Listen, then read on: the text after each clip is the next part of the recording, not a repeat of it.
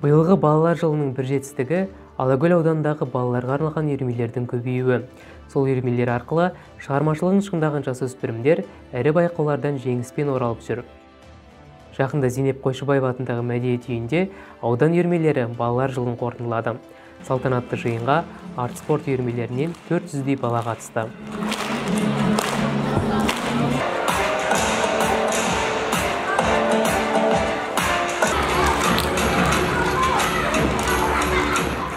Бүгін міне Алакөл ауданы Шарал қаласында үлкен іс-шара өтіп жатыр. Біз балалар жылы қарсаңында Дарын әлем шығармашылық орталығы міне балалар өз өнерлерін көрсетіп, арт-спорт бағдарламасы аясында жұмыс істеп жатырмыз. Сол бір жылдық нәтижемізді көрсетіп жатырмыз. Балалар өздерінің шығармашылықтарын, білімге деген құштарлықтарын барлығын жеткізіп, бүгін барлығын іске қосып көрсетіп жатыр.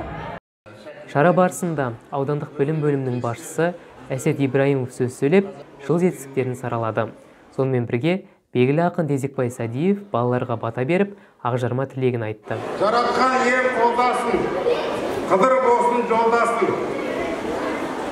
Алла тағала барлығымызға бақыт шаттық берсін, денсаулық берсін. Еліміздің елбасы Қасым-Жомарт Кемелұлының қолдауымен арт-спорт бағдарламасы ашылған болатын.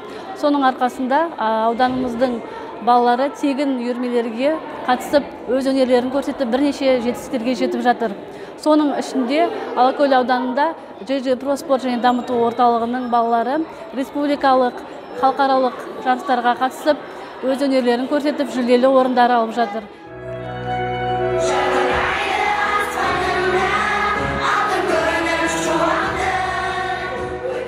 Қорытынды концертте ауданның әр аймағынан келген балалар өнер көрсетті.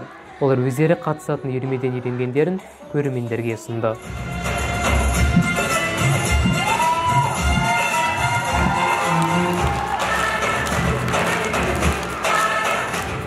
Концерттен бөлек мәдениет үйінің аллеясында шығармашылық көрме ұйымдастырылды. Онда балалар салған суреттер мен қолөнер бұйымдары қойылды. Шара соңында кәсіби біліктілігі үшін бір қатар мұғалімдер және шығармашылық белсенділігі үшін бірнеше жасөспірім марапатталды. Оларға диплом мен арнайы сыйлық табысталды. Жас ұрпақты тәрбиелеуде үйірмелердің маңызы зор. Аудан үйірмелері әрі қарайда балаларды жан-жақты дамыту үшін жұмыс істеуді жалғастырмақ. Аслан Маханов, Нұрбақыт Меңдібайұлы, Алакөл жаңалықтары.